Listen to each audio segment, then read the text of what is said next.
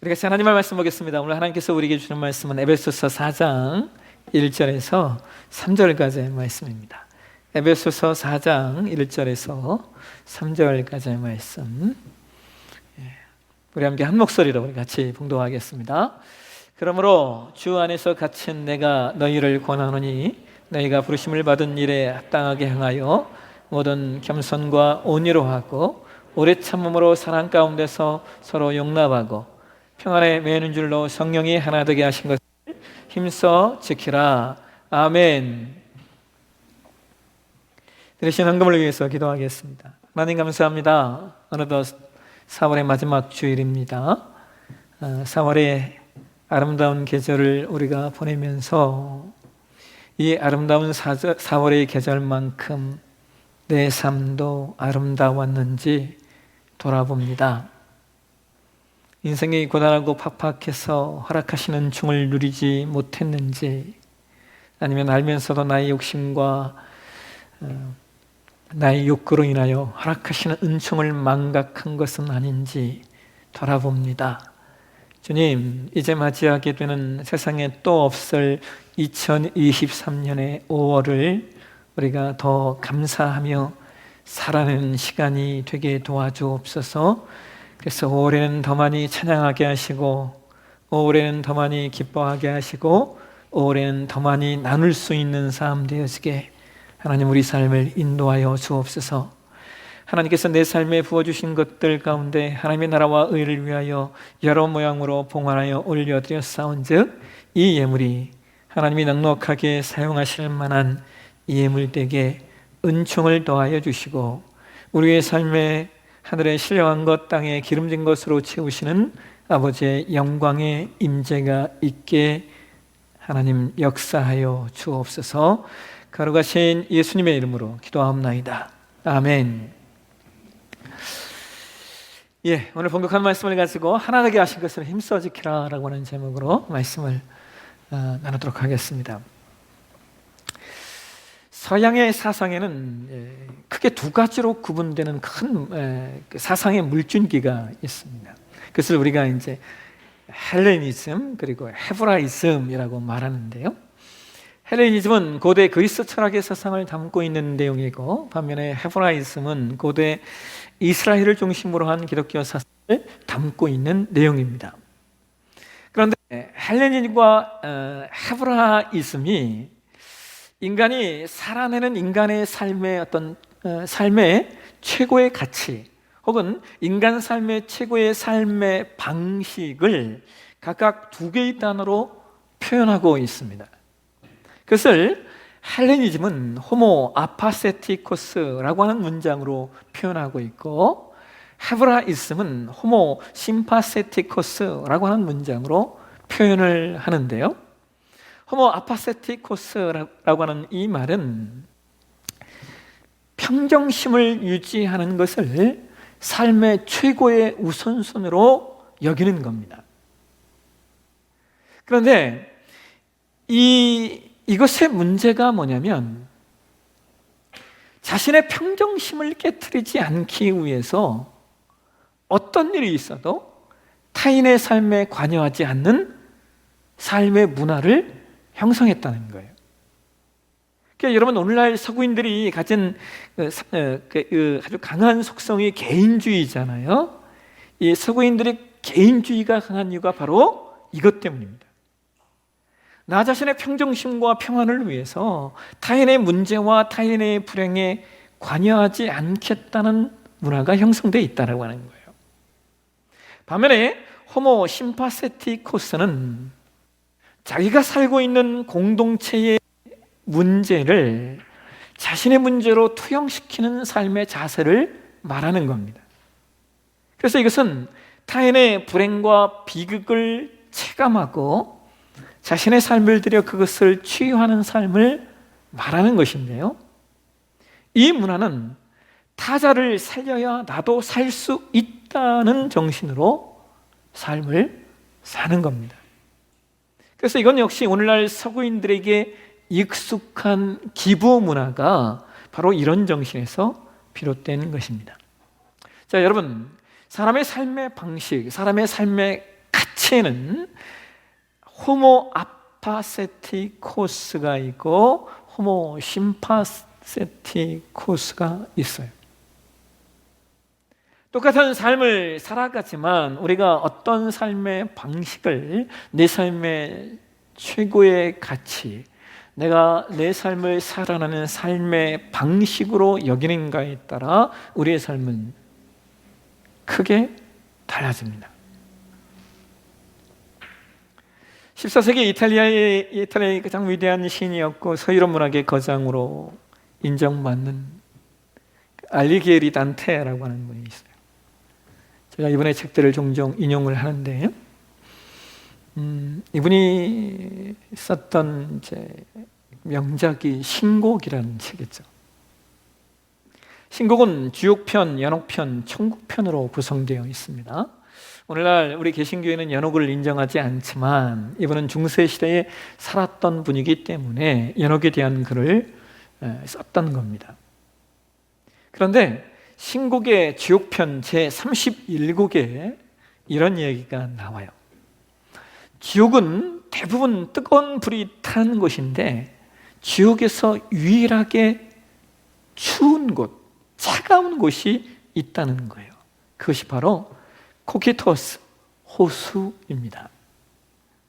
코키토스 호수는 아주 맹렬한 추위가 있는 곳인데 바로 그곳에서 추위로 얼어붙은 호수 위에 맨발로 영원히 서 있어야 하는 형벌을 받는 이들을 만나게 됩니다.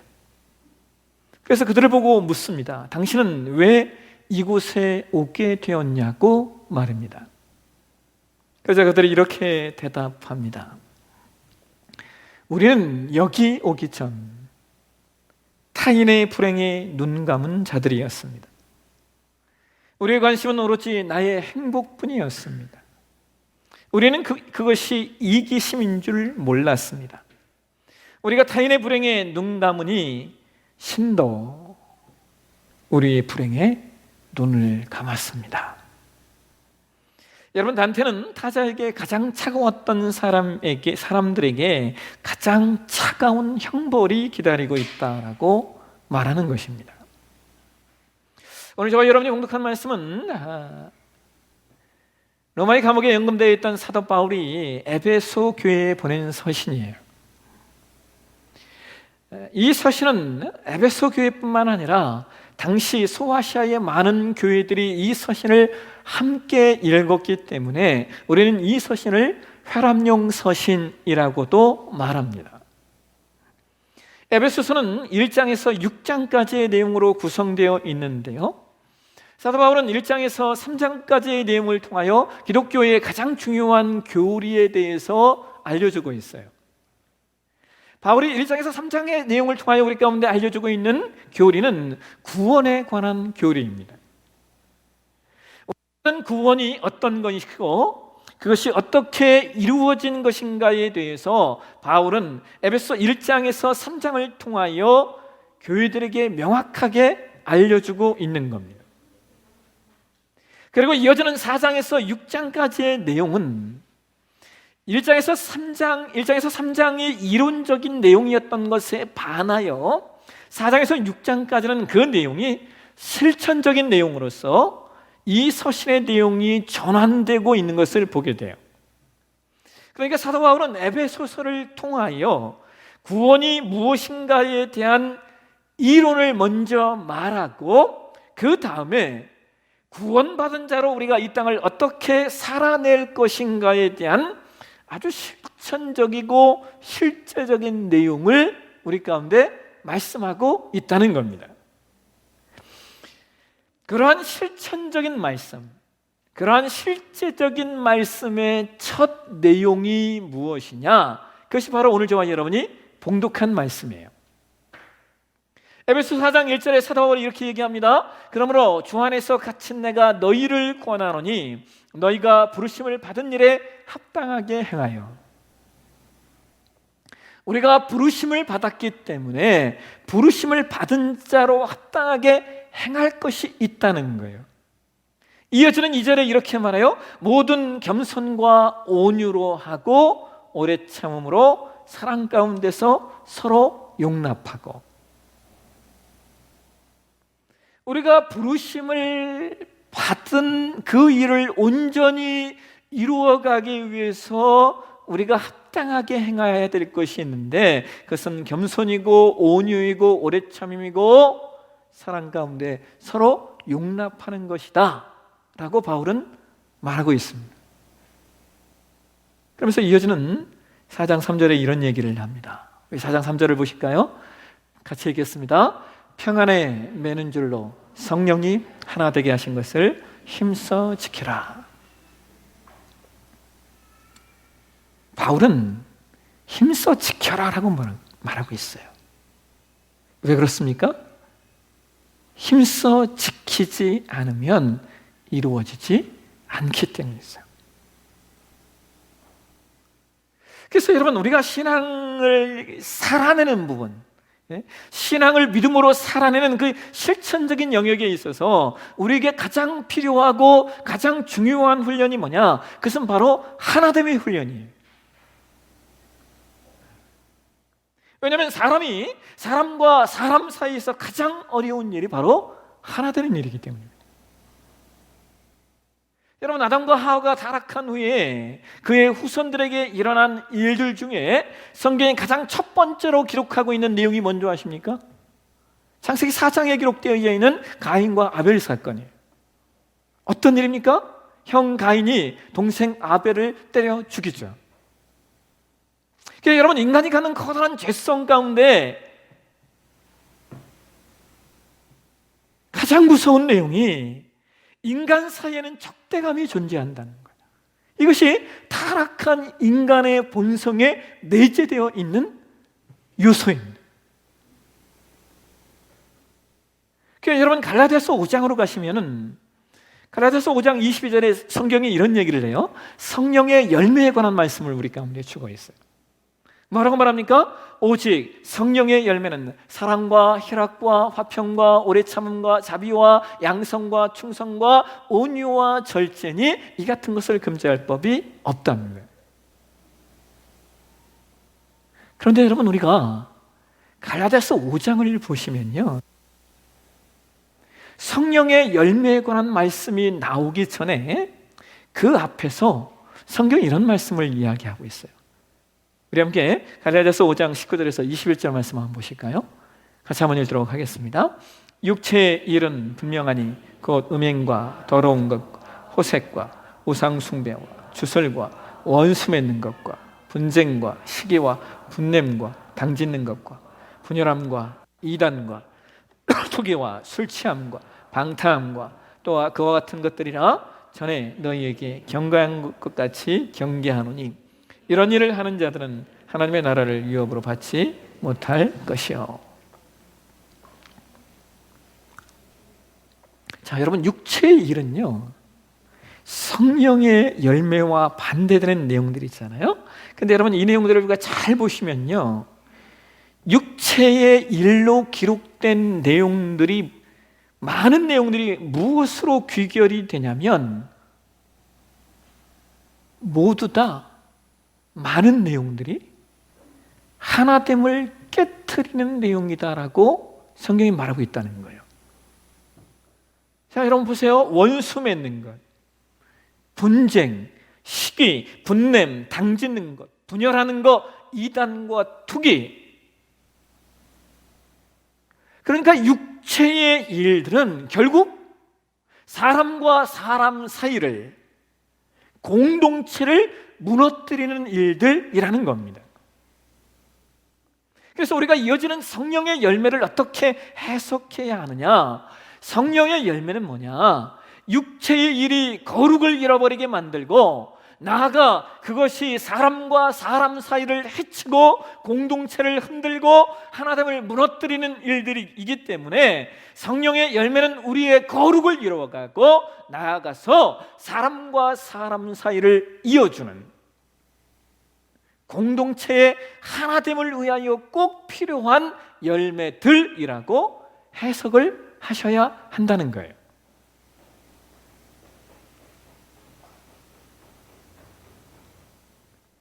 다시 말하면 우리에게 성령의 열매가 있어야 하는 이유는 세상에서 찾아볼 수 없는 거룩과 세상에서 찾아볼 수 없는 하나됨, 즉 온전한 공동체를 이루어가기 위한 도구들이라는 겁니다. 여러분, 제가 사역을 하면서 깨닫게 되는 내용 가운데 하나가 하나님이 언제 가장 무서우시냐. 그러니까 하나님은 사랑이신데 그 사랑의 하나님이 가장 무서운 때가 언제냐면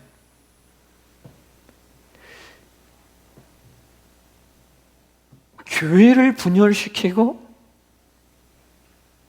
교회 공동체를 흔드는 일에 있어서 하나님이 그것을 무섭게 다루시는 것들을 보게 돼요. 그러니까 하나님이 가장 싫어하시는 일이 뭐냐? 하나됨을 깨트리는 일이라는 겁니다. 그래서 여러분, 우리가 신앙을 하면서 교회 안에서 해야 할 아주 중요한 훈련이 무엇이냐? 그것은 우리가 우리의 삶을 어떻게 거룩하게 만들어갈 것인가 하는 것과 더불어서 우리가 어떻게 교회에서 하나됨을 이루어갈 것인가 하는 것에 대한 훈련이라는 거예요. 그러니까 바울은 그것을 뭐라고 말하는 거예요? 힘써 지켜라라고 말하는 겁니다.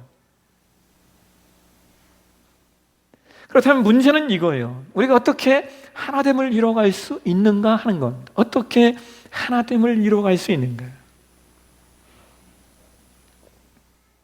여러분, 마태복음 16장에서 베드로가요, 예수님에게 이런 고백을 하잖아요. 주는 그리스도시요 살아계신 하나님의 아들입니다 라는 고백을 해요. 이 고백을 예수님이 들으시고 예수님이 이런 말씀을 하십니다. 마태복음 16장 18절 말씀 한번 보실까요? 같이 한번 읽도록 하겠습니다. 또 내가 내게 이르노니 너는 베드로라. 내가 이 반석 위에 내 교회를 세우리니 은부의 권세가 이기지 못하리라. 여러분, 예수께서 이제 드디어 교회를 세우시겠다고 선언하시는 거예요. 그전에는 예수님이 교회를 세우시겠다는 말씀을 한 적이 없어요. 이 베드로의 고백을 들으신 다음에 예수님께서 이제 내가 교회를 세울 것이다 라고 선언하신 후에, 여러분, 그 다음부터 예수님이 제자들에게 가르치시는 내용들이 무엇으로 점철되는 줄 아십니까? 예수님이 집중적으로 가르치신 교훈의 핵심이 뭐냐면 섬기는 일에 관한 내용들입니다. 이때부터 예수님이 소자 하나를 대접하는 것, 크고자 하는 자가 왜 낮아져야만 하는지, 으뜸이 되고자 하는 자가 어떻게 섬겨야 하는지에 대한 원리를 주된 내용으로 가르치기 시작하신다는 거예요. 여러분, 예수님이 교회를 세우시겠다고 선언하시고 나서 왜 섬기는 일에 대한 내용을 주로 말씀하시느냐? 그것이 하나님의 자녀인 우리에게 만들어 내시려고 하는 하나님 나라의 질서와 그 체계 속에 들어온 하나님의 사람으로서의 변화이기 때문입니다. 그 변화는 도덕적으로 이야기하면 죄를 짓지 않는 것이고 더러운 것, 악한 것에서 빠져나오는 것이지만, 적극적으로 말하면 그것은 섬김과 사랑인 거예요. 그리고 이러한 섬김과 사랑을 통하여 우리는 이 세상의 질서에 속하지 않았다라고 하는 것을 보여주어서 모든 족속으로 제자를 삼고 우리가 하나님의 제자인 것을 증언케 하시겠다는 것입니다. 여러분, 요한복음 13장에서도요 예수님이 34절에 이런 말씀을 하셔요. 새 계명을 너희에게 주노니 서로 사랑하라. 내가 너희를 사랑한 것 같이 너희도 서로 사랑하라. 여러분, 예수님께서 제자들에게 서로 사랑하라라고 말씀하셔요. 그런데 여러분, 우리가 요한복음 13장 내용들을 읽어보면요, 예수께서 이 말씀을 하시기 전에 제자들에게 어떤 일을 행하셨느냐? 요한복음 9장을 읽어보면 예수님이 제자들과 최후의 만찬을 나누시고, 그리고 제자들의 발을 씻기지는 세 종례를 행하십니다. 제자들과 최후의 만찬을 하시고 제자들의 발을 씻기시는 세 종례를 행하신 다음에 예수님 뭐라고 말씀하시는 거예요? 내가 새 계명을 너희에게 줄게. 서로 사랑해. 내가 너희를 사랑한 것처럼. 여러분, 다른 이의 발을 씻긴다라고 하는 것은 결코 쉬운 일이 아닙니다.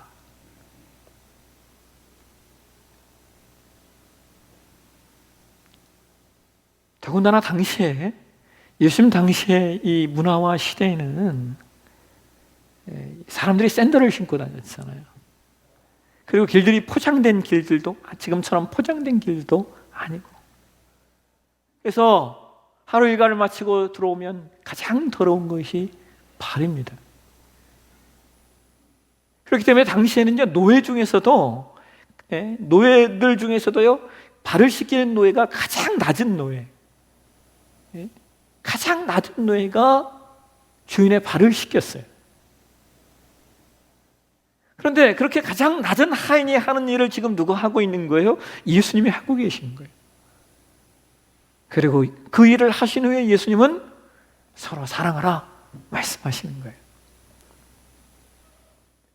여러분, 우리가 신자가 되었다라고 하는 것은 오늘날 오로지 자기 감정과 자기 자신과 자기 이익만을 살아가는 이 세상에서 우리로 말미암아 하나님 나라는 그런 것이 아니야 라고 하는 것을 우리의 인생을 통해 말해주라고 하나님이 우리를 하나님 백성 삼으셨다는 거예요. 이것이 우리의 존재성입니다.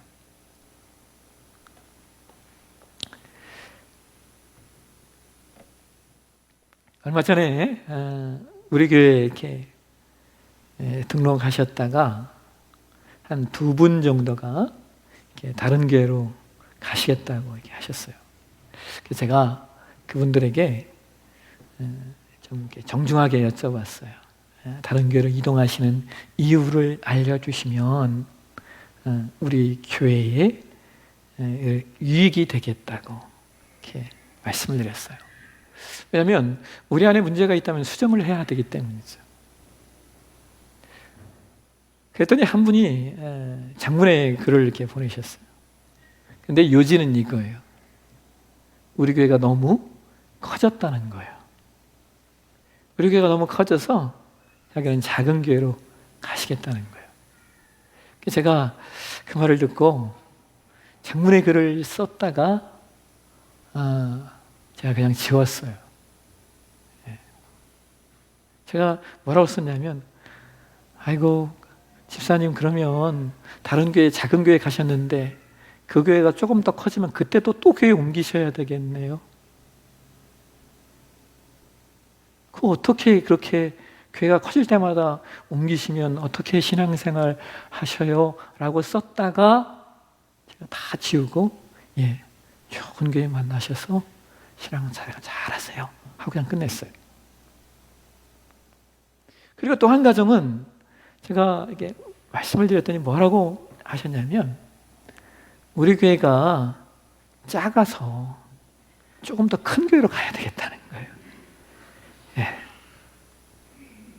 그래서 제가 그분에게도 역시 큰 교회 만나셔서 신앙생활 잘 하시라고 이렇게 문자를 보냈어요. 제가 두 분의 이야기를 들으면서 참 여러 가지 생각이 들었어요. 여러분, 이 시대에 예수 믿는 우리에게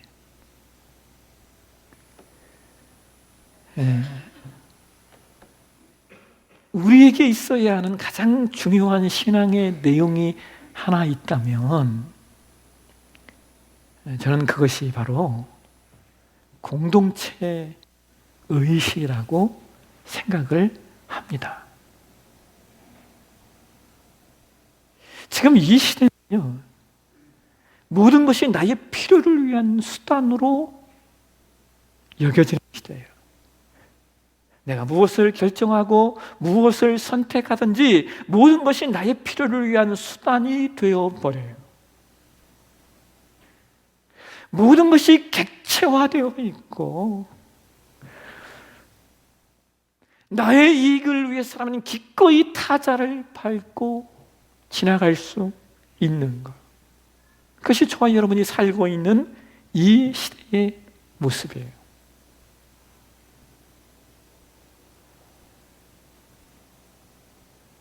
그런데 여러분, 교회는 그와는 다른 삶이 있다는 것을, 웃는 것도 함께 웃고 우는 것도 함께 우는, 단순히 나의 필요와 목적을 위한 수단이 아닌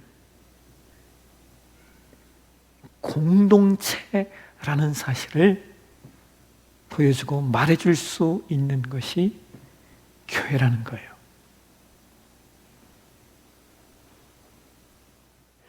여러분, 교회 안에서 종종 분쟁이 일어나죠? 예. 여러분, 싸워서 교회를 떠난다면 다 떠나야 돼요. 그렇잖아요. 싸워서 교회를 떠나야 된다면 다 떠나야 돼요. 그런데 때로 싸운다라고 하는 것은 서로를 알아가는 가장 확실한 과정이 되기도 하죠.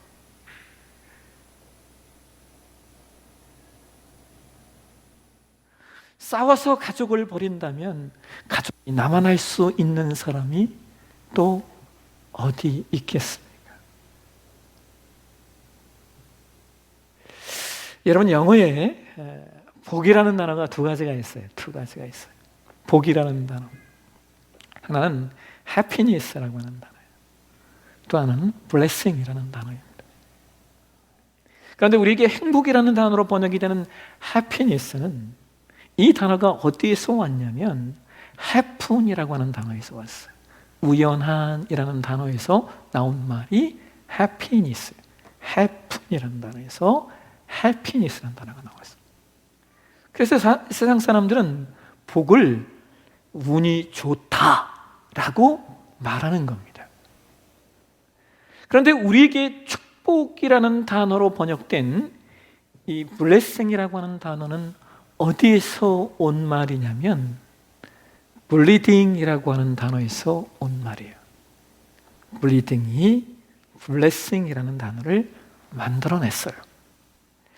bleeding이라고 하는 단어는 피를 흘리는 것, 출혈을 말하는 거예요. 다시 말하면 blessing, 축복은 bleeding, 누군가 피를 흘리는 데에서 온다는 거예요. 무엇처럼 말입니까? 예수님께서 우리를 위하여 피를 흘리셨던 것처럼 말입니다.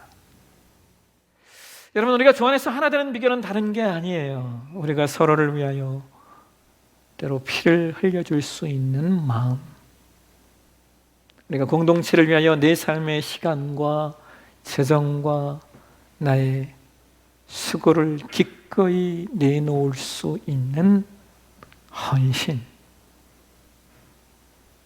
이것이 서로와 서로 간에 하나가 되는 비결이고, 이것이 서로와 서로 간에 블레싱이 되는 비결입니다.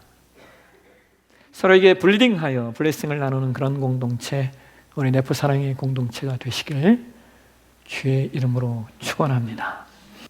기도하겠습니다. 하나님, 오늘도 주의 말씀 가운데 우리를 세웁니다. 신앙이 수단이 되지 않도록 하나님 우리를 인도해 주시고 붙들어 주시옵소서.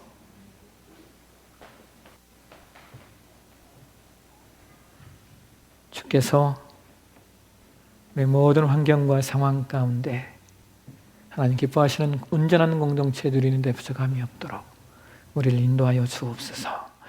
그러신 예수님의 이름으로 기도합나이다. 아멘.